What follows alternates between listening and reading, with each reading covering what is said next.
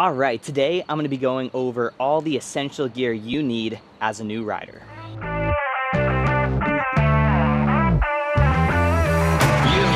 Ooh, you wanna come and get me, kick me down and make me hurt myself. Oh no, you will never forget me. I'm imprinted on your heart, I swear. At times you make me angry, but I know that it could always be worse.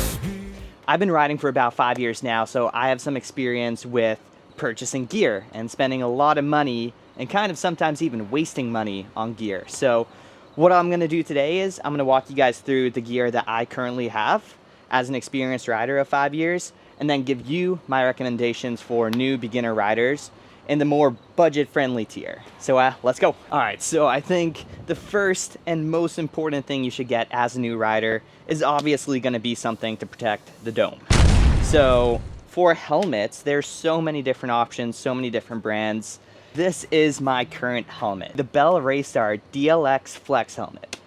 Quite the name. This helmet runs around just under $1,000, so it's pretty pricey. I think I paid around $930. I'll put it up on the screen. This helmet has done very well, and the cool thing about this helmet is it is DOT and Snell approved, or there's an ECC, whatever. So essentially means you can use this helmet on the street, but you can also take it to the drag strip or the racetrack if that's the route you want to go.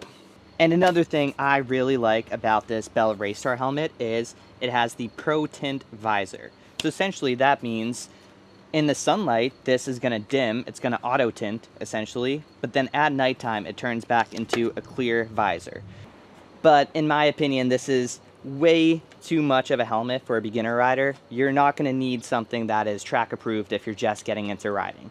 So what I recommend instead is going to be the KGV K1S helmet. So this helmet runs you around $230, so a fraction of the price that the Bell Raystar runs. But it still looks really sleek, and it comes with a lot of really nice benefits. So the K1 helmet might not be Snell approved, but it does also have that DOT and ECE rating. And it does come with the removable padding, which is super nice. That means you can just pop it out, wash it, and then put it back in. Especially on summer days when you get sweaty, you're going to want to be able to pop those liners out and clean them. So another option you have for helmets is buying a used one. Checking on Facebook Marketplace, Craigslist, if that's even still a thing. But you can look for a used helmet. The one thing I do recommend and that I would look out for is helmets technically do expire. It's an approximate date, but typically they expire every 5 years or so. So what you can do is you can actually check the manufacture date inside your helmet to see what year it was manufactured. And as long as it's not like 5 years old or 4 years old, make that judgment call on your own and just determine, like, hey, is the price that I'm going to pay for this helmet worth how many years I can use it? All right, moving on to the motorcycle jacket. So this right here is actually the first motorcycle jacket that I ever purchased. I believe this is the Built Nomad Air Jacket, and it ran me around $230. So it's still in that budget price range. The nice thing about this jacket is it has mesh, but then also leather, and if you take it off and take a look in here, you will see that it comes with padding.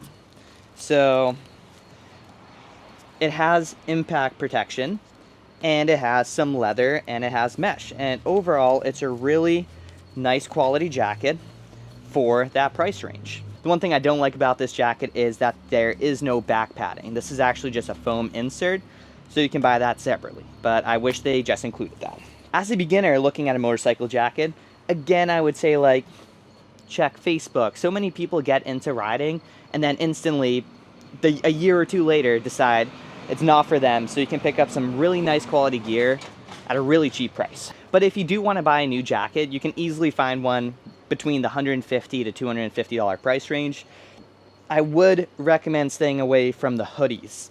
The hoodies typically don't offer any slide resistance or abrasion resistance. So yeah, they look cool and they might have the pads for impact, but if you're sliding on the concrete or on the pavement, on the freeway, that hoodie isn't going to do much to stop you from getting road rash.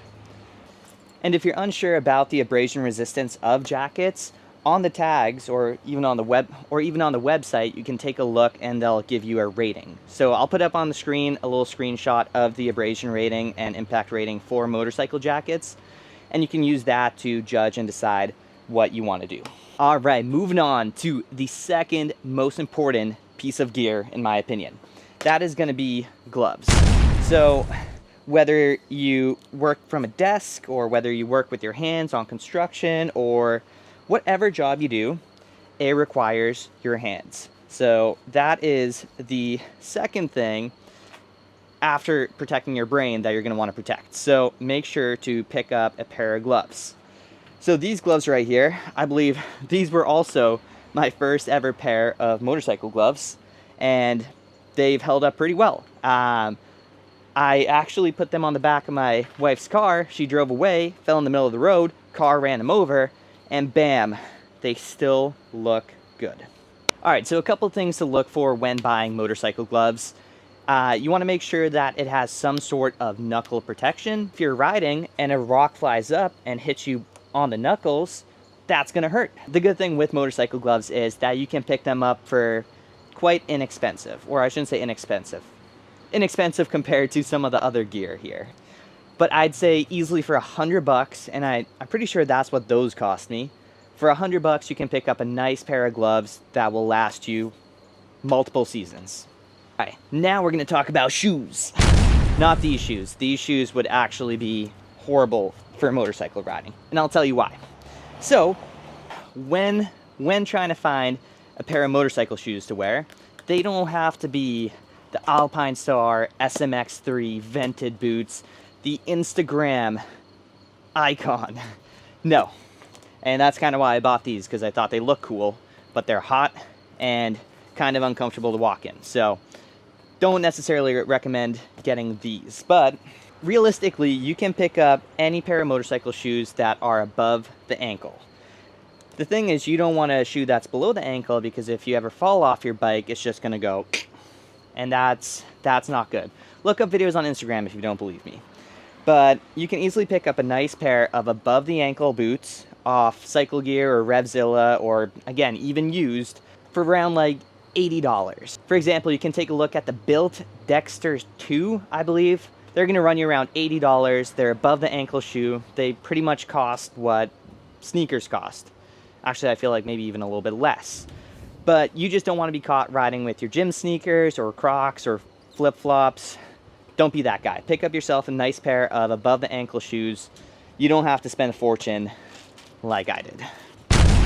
All right, the next thing I want to talk about is, again, in the case you fall off your motorcycle, this is pretty much half of your body that's going to be doing its business on the wrong side of the road.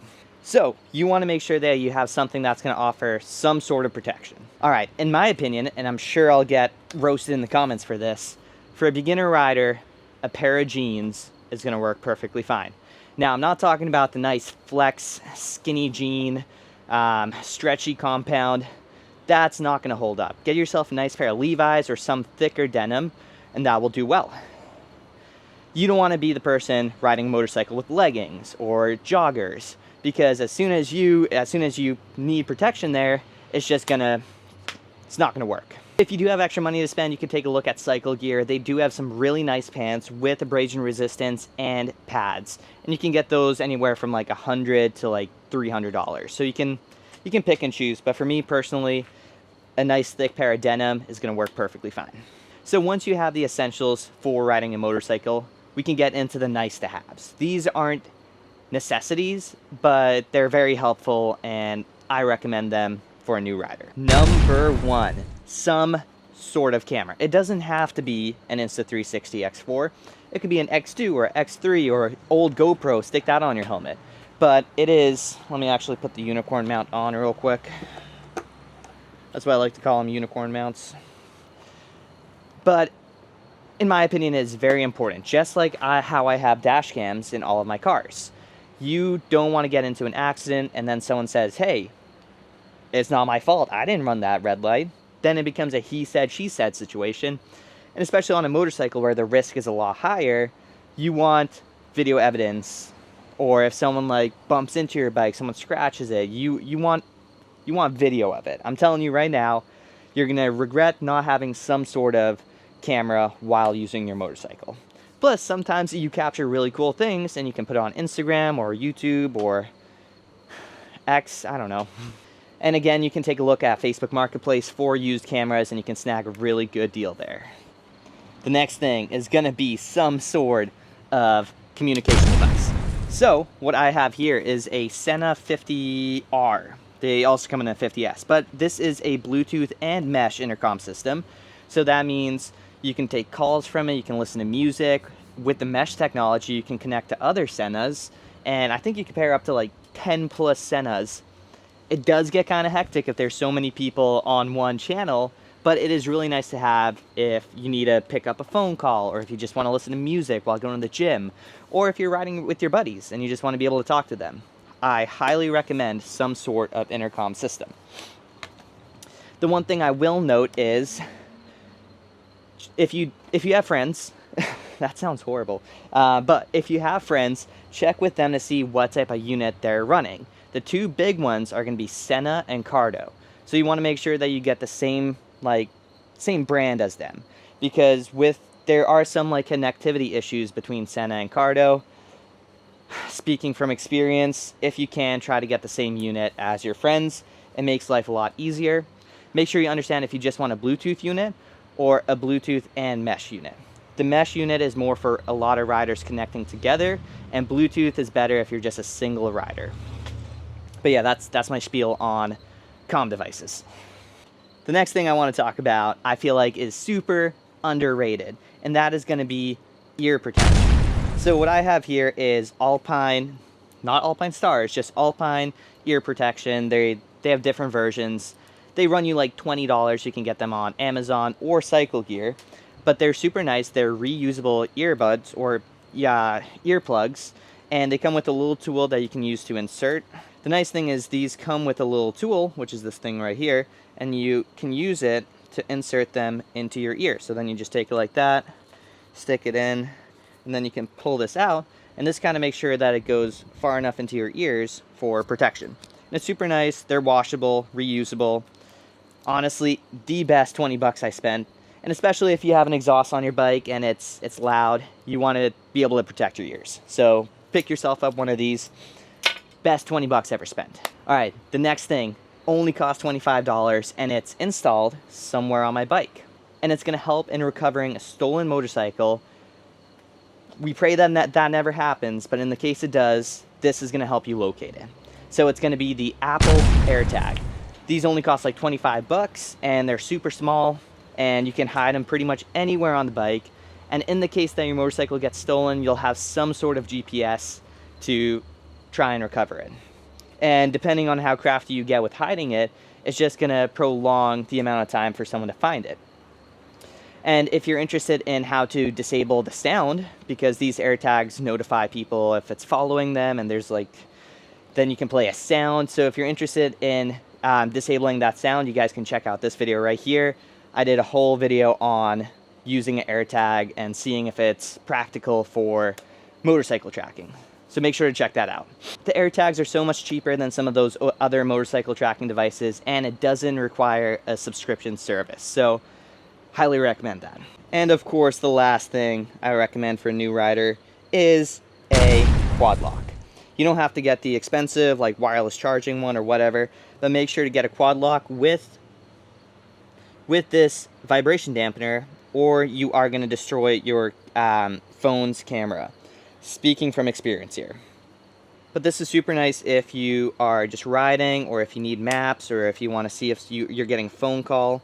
It is so convenient to have your phone mounted right there. So recommend getting one of these. Alright, but I think that's going to cover it for this video. Let me know down below if you guys think I missed anything that new riders should get in respect to gear or equipment or you name it. And if you guys enjoyed the video, make sure to comment, like, and subscribe. And I'll catch you guys on the next one. Peace.